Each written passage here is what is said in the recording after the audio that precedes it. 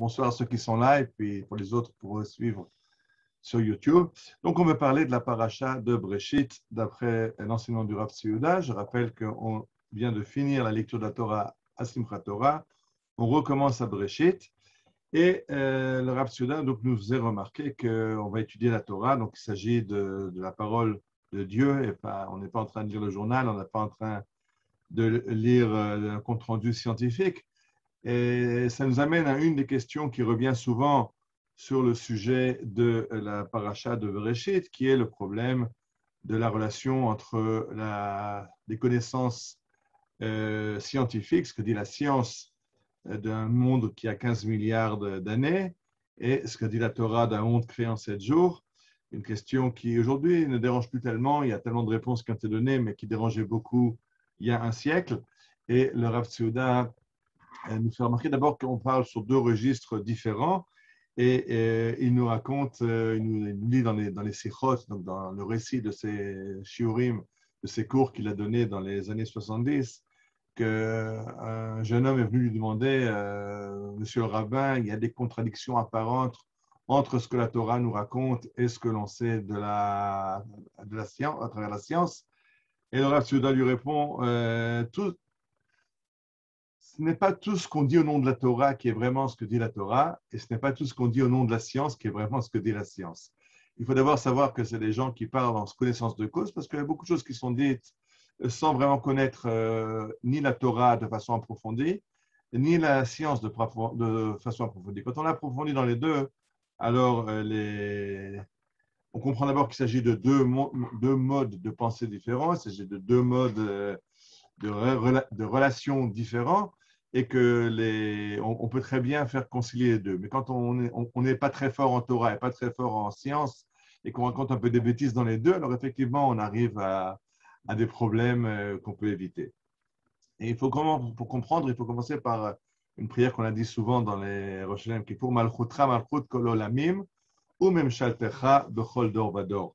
Le royaume de Dieu est un royaume qui traverse tous les mondes. Malchutra, Malchut Kol Olamim, il y a beaucoup de mondes sur lesquels Dieu règne, ou Memshaltecha, ta domination, Bechol Dor Vador, à chaque génération. Donc il y a beaucoup de mondes, il y a beaucoup de générations.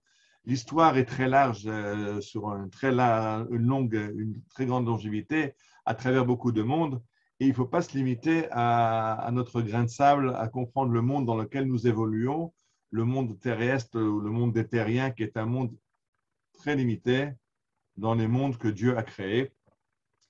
Et il faut un petit peu d'humilité quand on vient parler des problèmes entre science et Torah, de connaître, de comprendre ce que la science essaye de comprendre, qui est une toute petite partie, une infime partie de ce monde créé par Dieu dont on nous raconte l'histoire dans ce livre, dans cette paracha de Bereshit. Il faut se rappeler aussi une chose, c'est que la science évolue. Alors, dire aujourd'hui que la Torah parle de choses qui sont problématiques par rapport à la science, mais quelle science? Quand on parlait au Moyen-Âge, on avait une certaine science. Quand on a parlé à l'époque de Newton, on avait une autre science. Quand on parlait à l'époque d'Einstein, on a une science encore différente. Alors, la Torah est en divergence avec quelle science? Avec la science du monde comme on le connaissait à l'époque antique, comme on a commencé à l'époque moderne, comme on la connaît à l'époque moderne. La science, c'est la science telle qu'on la connaît aujourd'hui. La science de Dieu, la Torah, elle, c'est une science qui transcende tout ça. On va essayer un petit peu de comprendre. Le Rav Tzviuda nous explique que la création du monde, comme le raconte la Torah, c'est en fait un passage de quelque chose d'énorme. C'est l'existence où il n'y a que Dieu qui existe, d'un passage où il y a un monde avec des hommes. Ça part d'un infiniment grand, un infini illimité, à quelque chose de très limité et de très petit. Donc, il y a des problèmes dans ce passage, dans cette création du monde, de quelque chose qui est un monde où il n'y a que Dieu, à un monde où il y a l'homme, un monde qui est à la taille de l'homme. Et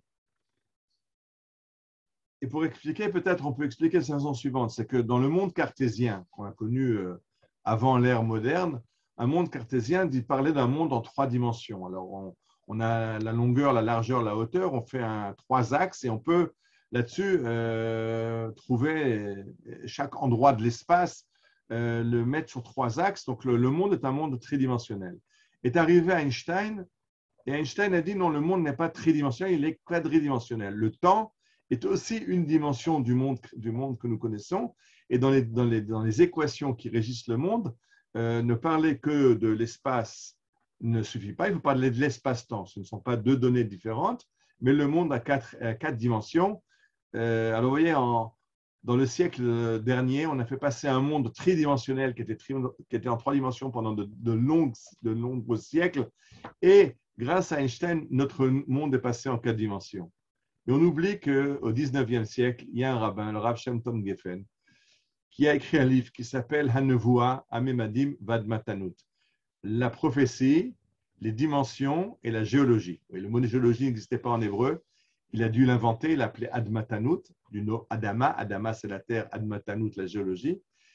Et dans ce livre, qui était donc écrit au 19e siècle, le Rav Shem Tov Geffen nous dit, il faut comprendre une chose, c'est que le monde que Dieu a créé, il l'a créé en une infinité de dimensions.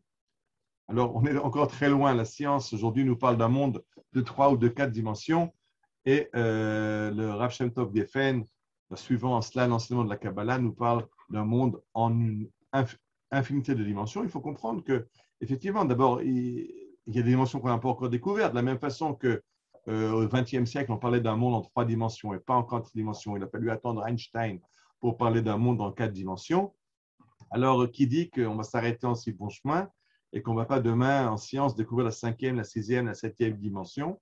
On ne sait pas encore de quoi elles ont l'air, on les découvrira on saura quand on les découvrira. Mais la Torah parle de dimensions beaucoup plus larges, puisqu'elle parle aussi de dimensions spirituelles. La science, avec son matériel d'observation, ne peut observer qu'un monde physique. Et qu'est-ce qui se passe avec toutes les dimensions spirituelles, avec le monde des malachim, je ne veux pas traduire en français parce que je ne sais pas traduire en français, avec le monde des neshamot, les âmes, on est conscient que le monde ne se limite pas au monde matériel dans lequel on vit. Le monde est beaucoup plus large. Il y a aujourd'hui, même la science commence à comprendre qu'il y a des expériences extrasensorielles, il y a des mondes qu'elle n'arrive pas à percevoir par ses appareils, mais apparemment, il y a des phénomènes que la science commence à comprendre qu'elle ne sait pas les expliquer. Et le Rav Shem Tov Geffen, donc ce rabbin, déjà, il y a un siècle, pouvait nous dire que le monde a une infinité de dimensions. Alors, le réduire aux 3 à 4 dimensions de la science moderne et de dire, ah ben, ce que dit la science est en opposition avec la Torah, ça vient d'une naïveté profonde, comme dit le Rav Tzouda que j'ai dit au début, c'est où on ne comprend rien à la Torah, où on ne comprend rien à la science, on comprend partiellement la science ou partiellement la Torah. Il faut comprendre les choses dans leur entier, c'est des choses beaucoup plus larges et beaucoup plus grandes que ce qu'on a l'habitude de comprendre. Je m'excuse, il faut que je ferme un micro là.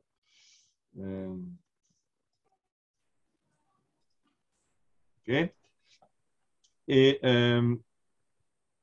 pour revenir à l'enseignement du Rav Tzouda, une fois qu'on a compris qu'on n'a pas d'opposition entre la science et la Torah, on a une opposition entre ce qu'on pense être la science et ce qu'on pense être la Torah, mais quand on entend les géants de la Torah, comme ce Rav Shem Tov Geffen et d'autres, il n'y a plus d'opposition, on parle de deux choses complémentaires qui parlent de choses différentes, qu'une optique différente, mais ils ne sont pas en opposition. Le Rav Tzouda nous ramène à une donnée qu'il aimait beaucoup. On en a parlé plusieurs fois quand on a traité de parachutes, de livre de Bamidbar. Je rappelle que le mot qui revenait, c'était les siburim, les complications. Quand le Rav Tzouda nous parlait de l'histoire dans le désert, il nous a dit que dans le désert, il y a des problèmes. Effectivement, on a vu le peuple d'Israël qui se rebelle contre Dieu une fois, deux fois, trois fois. On a le problème des explorateurs et la faute de Korach et la faute de l'eau, etc. C'est très complexe de vivre en chemin. Et le Rav Tzouda, c'est très complexe de créer le monde. Et même le monde que Dieu a créé a des problèmes à suivre les directives que Dieu lui donne. Et il ramène quelque chose qui a été énormément développé par son père, le Rav Avraham Yitzhak Cohen Kook, sur le fait qu'il faut être précis quand on lit le Maaseh Breshit, quand on lit dans la Torah Maaseh Breshit. Je rappelle que la création du monde dans la Torah, ça fait partie des sodot de la Torah, ça fait partie des secrets de la Torah, des choses qui sont étudiées de maître à élève. Et nous, on va juste dans le pshat, essayer de comprendre la surface du texte, mais c'est bien sûr très, très profond. Si on lit le texte nous dit que Dieu a dit, Vayomer Elohim, Taché haaretz déché, que la terre porte des feuilles. Esev mazriaza, etz peri, ose pirio asher zarobo lemnot, un arbre fruit qui produit des fruits. Et quand on lit le texte, il est marqué que Vatotse haaretz etz ose peri, la terre a produit des arbres qui produisent des fruits. Et dit le Rav Tzvi Yehuda à la suite de son père, Dieu n'avait pas demandé à la terre de faire des arbres qui produisent des fruits, mais des arbres fruits, des arbres qui sont eux-mêmes le fruit. Pour ça, la terre n'a pas réussi à le produire. À la création du monde, il y a déjà un cibourg et le monde physique ne produit pas ce que Dieu avait voulu. Et le Rav Avraham Yitzhak Cohen Kook expliquait qu'un arbre fruit, c'est un arbre qui est mangeable. Il est le moyen et le résultat. Aujourd'hui, on a un arbre qui produit des fruits. On n'est pas intéressé à l'arbre, on est intéressé aux fruits. Ce qui nous intéresse, c'est le fruit.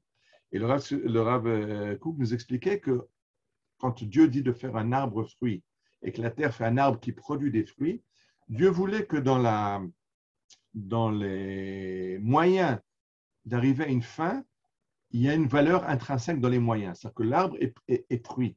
L'arbre a sa valeur propre. Il n'est pas seulement important parce qu'il va produire des fruits. Je vais essayer de donner un exemple. Aujourd'hui, par exemple, on vient de finir la fête de Sukkot.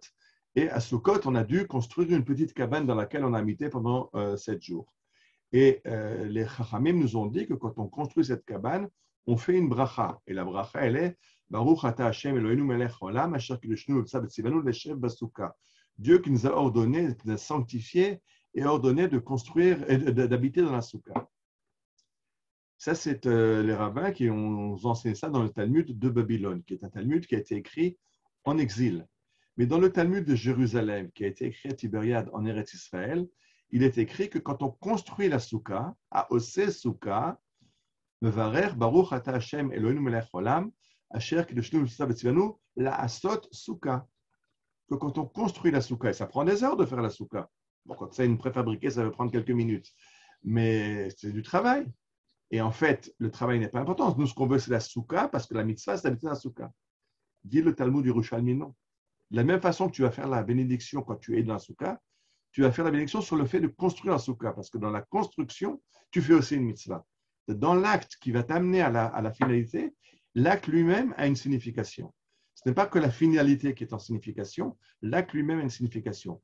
Et dit le Rav Kook, c'est ce que le monde devait être un monde où chaque acte a sa signification sans que sa signification se limite au résultat. Le fait de faire, si on doit prendre la route, je veux maintenant aller à Jérusalem, j'ai 1 heure de route, pour certains qui sont avec nous sur ce Zoom, plusieurs heures de vol.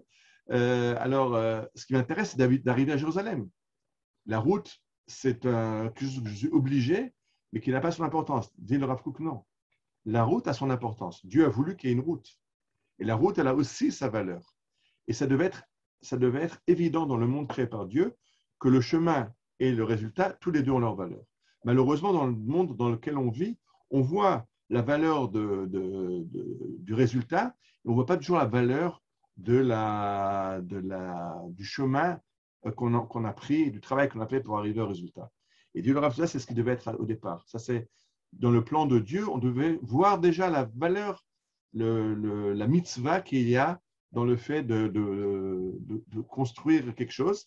C'est très intéressant parce que le Talmud de Yerushalmi nous dit qu'il y a une bracha dans chaque fois qu'on fait une mitzvah. Quand on fabrique des tefillin, on fait une bracha. Quand on fabrique un talit, quand on coud le talit, quand on noue les tzitzit, on fait une bracha. C'est-à-dire que chaque acte qui va nous amener vers l'acte qu'on veut, a lui aussi sa valeur. Mais c'est quelque chose dont on a perdu la connaissance.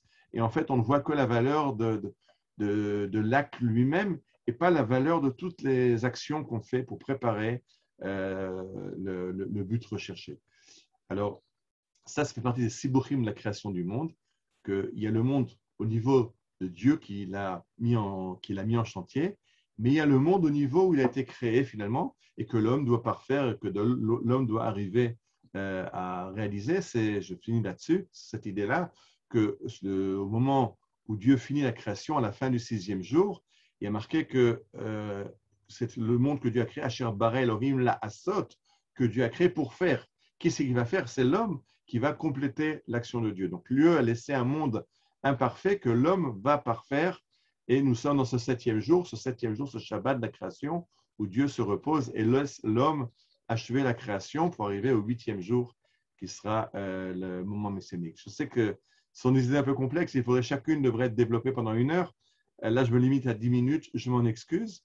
À l'occasion, s'il y a une demande, on fera peut-être des cours un peu plus poussés, mais c'était pour nous donner un petit peu à réfléchir sur la paracha de Bereshit.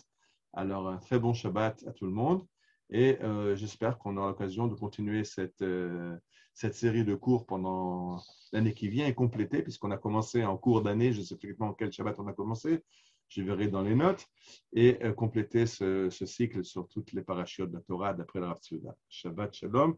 Je coupe l'enregistrement. Pardon.